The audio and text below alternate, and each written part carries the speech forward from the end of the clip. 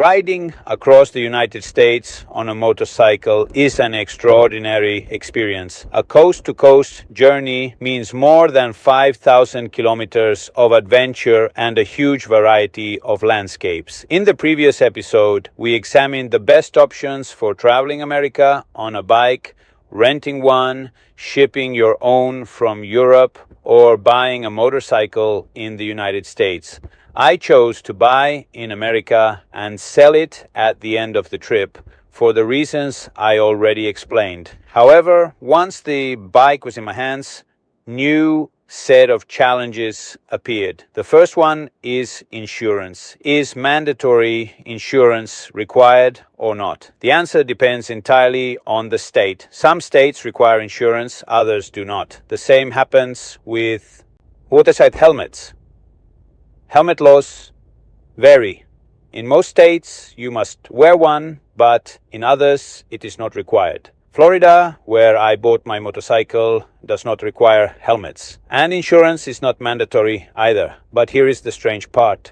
If you ride without a helmet in Florida, then you are required to have insurance. If you ride with a helmet, insurance is not obligatory. To make things even more confusing, the insurance requirement follows the law of the state where the bike is registered. So if your motorcycle is registered in Florida, and Florida does not require insurance, you can legally ride across the whole country without insurance.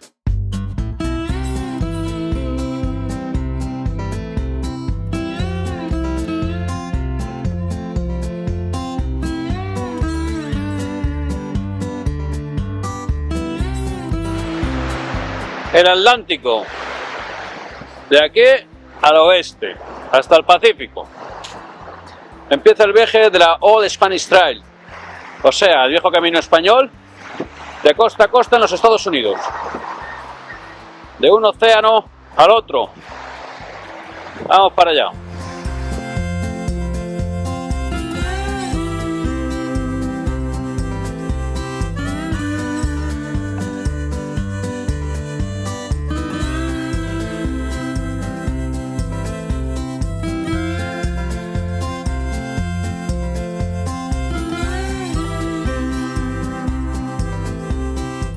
We will talk about motorcycle insurance in another episode, but first I want to mention another American peculiarity. For European riders, it is normal to filter between cars when traffic stops or when entering a city. In the United States, lane splitting is illegal almost everywhere, and drivers get extremely angry if you do it. As far as I know, it is only legal in California and socially tolerated in New York. Considering that many North American drivers are armed, I avoided lane splitting as much as possible. Another curious issue is food. There are restaurants everywhere and the portions are enormous, but it is not easy nor cheap to find real unprocessed food. Eating burgers, fries and soda is very cheap, but finding a proper steak is more difficult and much more expensive. This explains the extraordinary level of obesity, a true public health disaster across the country. Vamos a darle aquí al desayuno de Navidad. Buah. Grasa, calorías, carnaza. Good morning. Good morning, how are you? I'm good. How are you doing? I'm fine. Merry Christmas. Merry Christmas to By the you. way.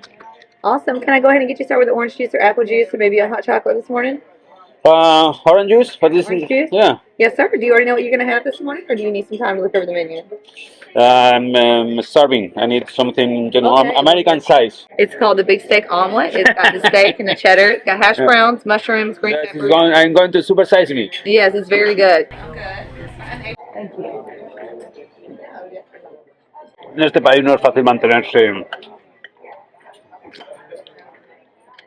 delgado. Una de las cosas que más sorprenden es que aquí es más barata la soda que el agua.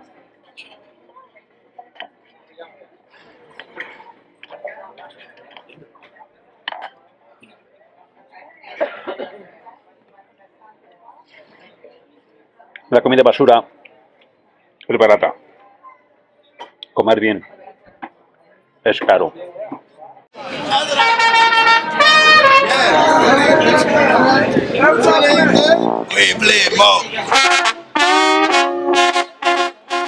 My journey continued through the southern states, Alabama, Mississippi, and finally Louisiana. It was a boring stretch of 3 and 4 lane highways called interstates. But my goal was to reach a legendary city of music, New Orleans, a place that has turned nightlife and entertainment into a profitable industry. Buy or die, stranger, you are in America.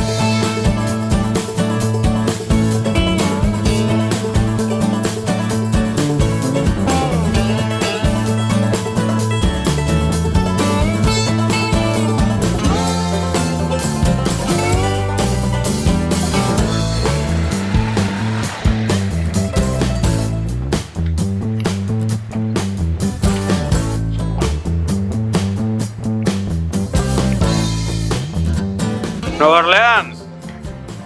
La calle de Bourbon era la calle Borbón. New Orleans, Bourbon Street, was originally Bourbon Street. Nueva Orleans fue la capital de la Louisiana española en el siglo XVIII. La famosa calle Bourbon, la Bourbon Street, era la calle del Borbón.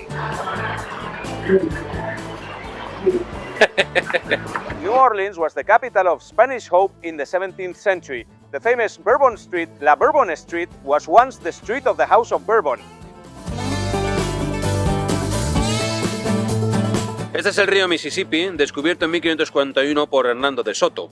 Ha pasado los libros de historia por este motivo y sin embargo tal vez fuera el día más triste de su vida. This is the Mississippi River discovered in 1541 by Hernando de Soto. He entered the history books for this reason, yet it may have been the saddest day of his life. They say Hernando de Soto sought gold and riches in North America, but he was already the richest man in Spain. He had amassed a vast fortune in Peru. What drove a man of immense wealth to set out to risk his entire estate and his own life on a senseless 4,000-mile exploration through this land? They say he was actually chasing his place in history, a niche in the age of the great explorers, hoping to find a passage to the Pacific Ocean from the north. But when he reached this massive flow of water, he understood there was no sea. Such a river could only come from a vast continent, He was not on an island. From that moment, his spirits collapsed and he turned into a sort of Colonel Kurtz, wandering across North America like a warlord. He fell ill and died of fever with almost no resistance left. This river is his discovery. It is also his grave, and it is his great failure. En su tumba y es su gran fracaso.